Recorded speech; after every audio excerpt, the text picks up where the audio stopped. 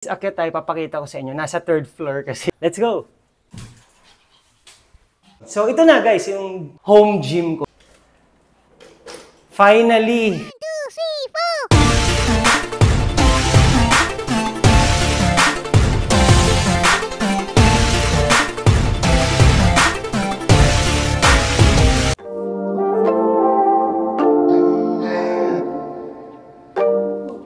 And guys, good morning. Kakatapos ko lang mag-walking and running konti bago mag-start mag-gym. Kasi today, papakita ko sa inyo ang home gym ko. Ito yung isa sa mga dream ko. Pag nagkaroon ako ng bahay, lalagyan ko siya ng home gym. Pinaghirapan ko to. So, let's go! Na guys, akyat tayo, papakita ko sa inyo. Nasa 3rd floor kasi dito pa lang, maka-cardio ka na paakyat. Let's go!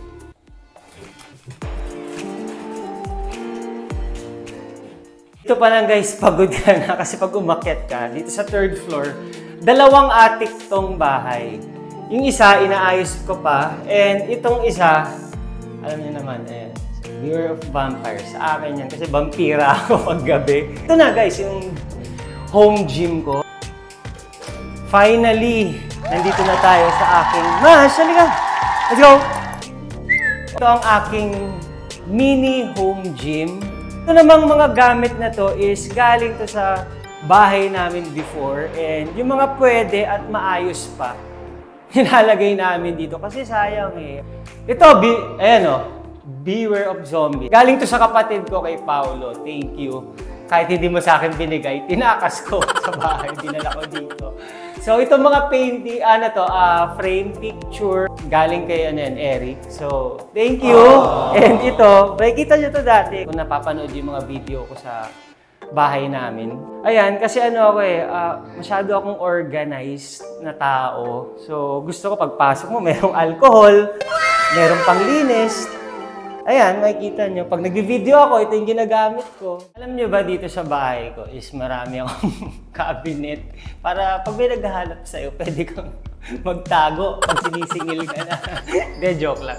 So, ito mga cabinet na to, pinakinabanganan ko din. Actually, marami akong gamit, pero hindi nyo lang mahalata kasi lahat nakatago. For example, ito. Dahil nandito tayo sa gym ko, alam niyo naman, #1 sa akin ang biking. Kahit hindi na ako nakakapag-bike kasi may responsibilidad ako. Meron akong mash, laging buntot, ayaw humiwalay sa akin. Pakita ko sa inyo yung mga outfit pag nagbabike. So, ito. Nakikita nyo. So, first cabinet ko dito. Ayan. This may collection. Mga jersey. Maarte rin ako sa jersey. Gusto ko yung maraming pattern. Gusto ko yung pansinin. Magbabike ka lang. Dapat yung napapansin ka. Di ba? So, ayan yung mga jersey ko from day 1. Mga collection. And, ayan, syempre, Bisikleta Manila Cup. Version 1, talagang tinatabi ko yan. And, ito rin, version 2. O, di ba? Yung mga may ganito pa, shout out sa inyo. Thank you sa suporta sa Bisikleta Manila. So, may gloves tayo. Ayan, mga cycling bibs and cycling shirt pagdating sa bike. Nandito rin yung mga sunglasses ko, marami. Pero yung next palang ire-release is this coming March na. Ang Sprinto. Ayan, #1 sa puso ko. Ayan yung mga sunglasses nila pag collection ko yan. Yung iba kasi, mabait kasi ako dyan eh. Uy, ang ganda ng shades mo. Diba? O sige, sa'yo na gusto mo ba? Para siyempre, lahat masaya. Ayan, mga ginagamit ko. Meron pa akong black. Diba? So, water bottle, helmet, and ito. Mga cleat shoes. Di rin biro ang presyo ng cleat shoes ha. Isa sa mga favorite ko. Pang road bike. Iba ang road bike, iba ang pang mountain bike na cleat shoes. Mga essentials ko pagdating sa pagbabike, nandito lahat. So, ito pa, mga sapatos. Dami. Yan. Nakita niyo yung mga ginagamit ko sa bike. And dito naman, bakit ko to dinisplay? Actually, mukha lang siyang mga mahal.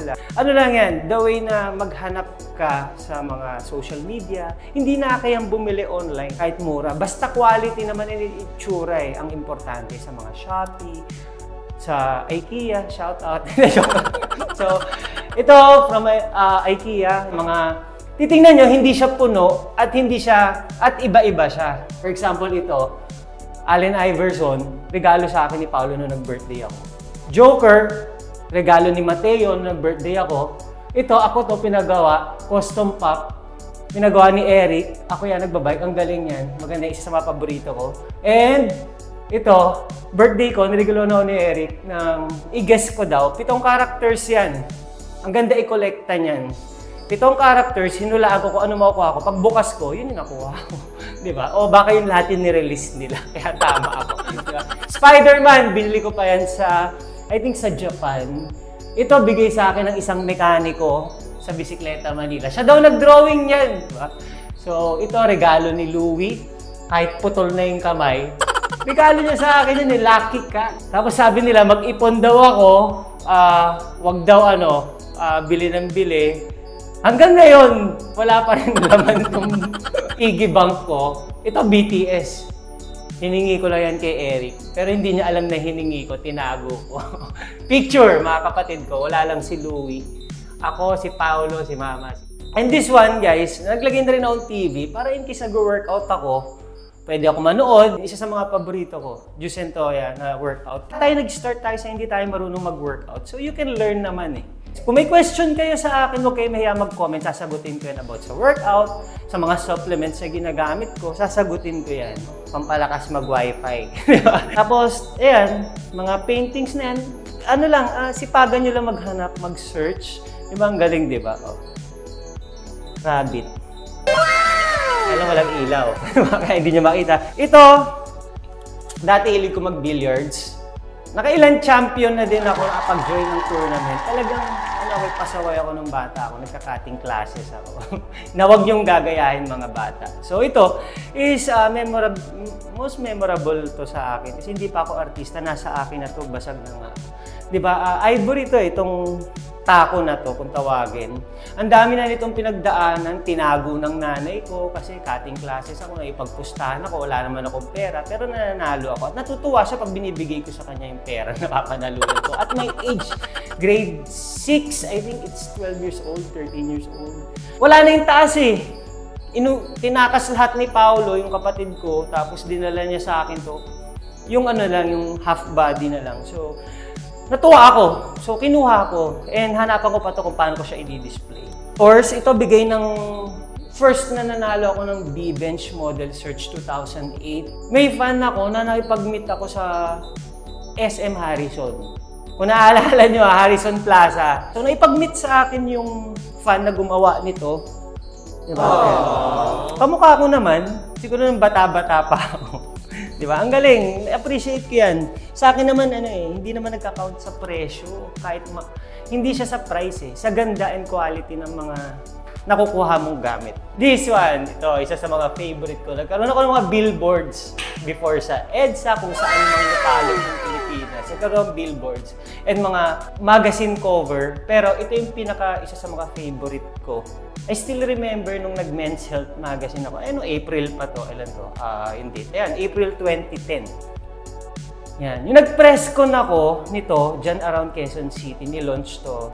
Nakauwi na ako. Pinadala to sa akin ni Men's Health. Thank you, shoutout sa Men's Health before. Ang bait nila. So, pinadala nila to sa condo ko dati. Hinabol. At binigay ko sa mama ko. Ang dami na niyang butas kasi pinagpapako ng mama ko. Kung saan man akong kwarto at saan kami malipat na bahay, pinupokpok niya yan. Tinatabi niya sa wall.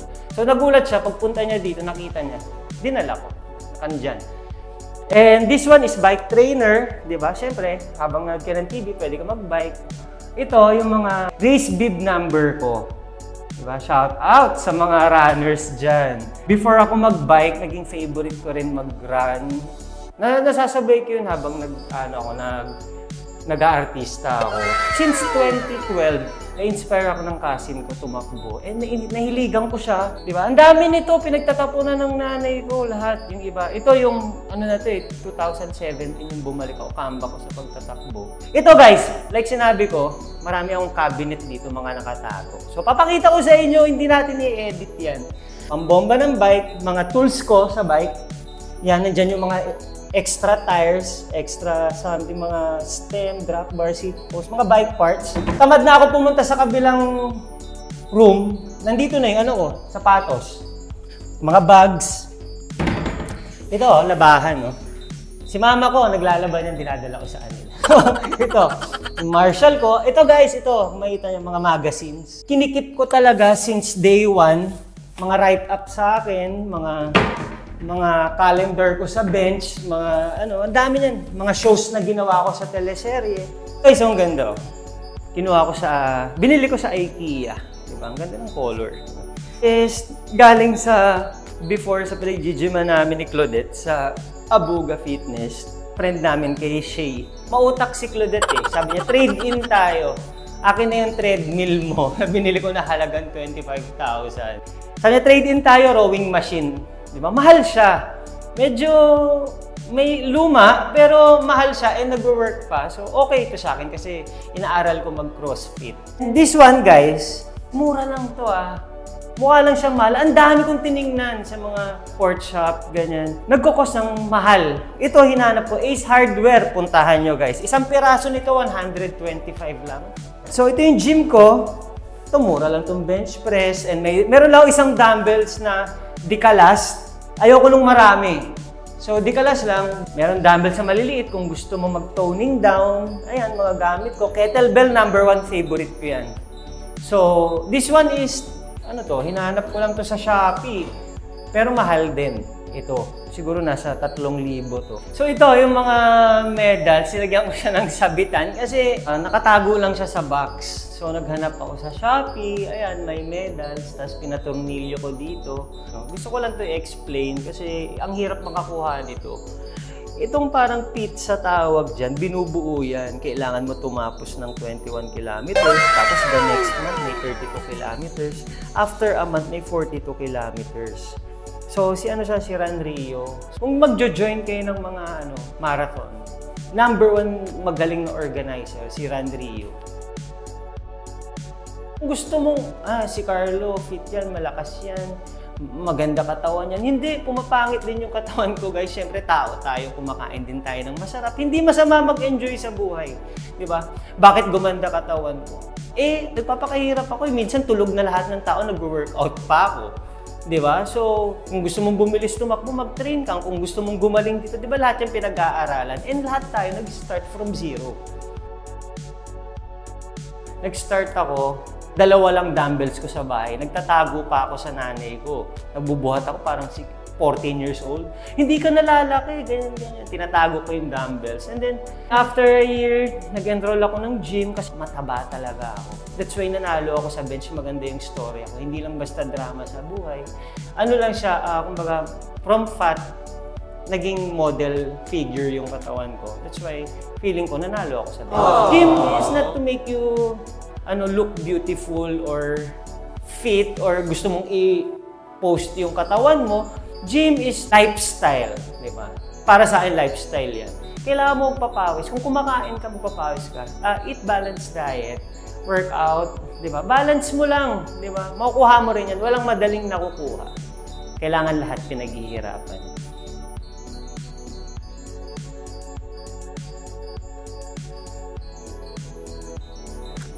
Tapos ko ipakita sa inyo yung home gym ko. Siyempre, after workout, kailangan natin ng healthy meals.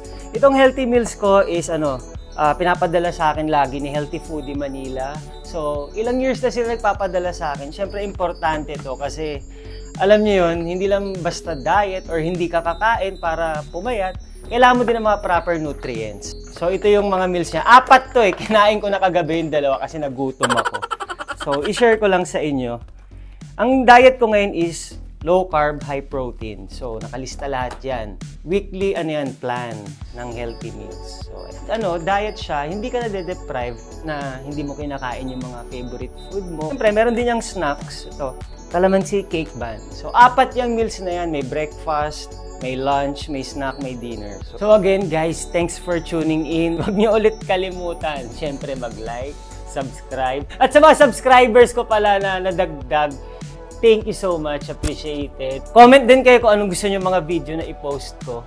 Kung may request kayo, abangan nyo kung ano yung susunod kong vlog. Papakita ko mamaya yung teaser. Maraming natutuwa. So, dapat mabango siya. Halika, paliguan na natin siya.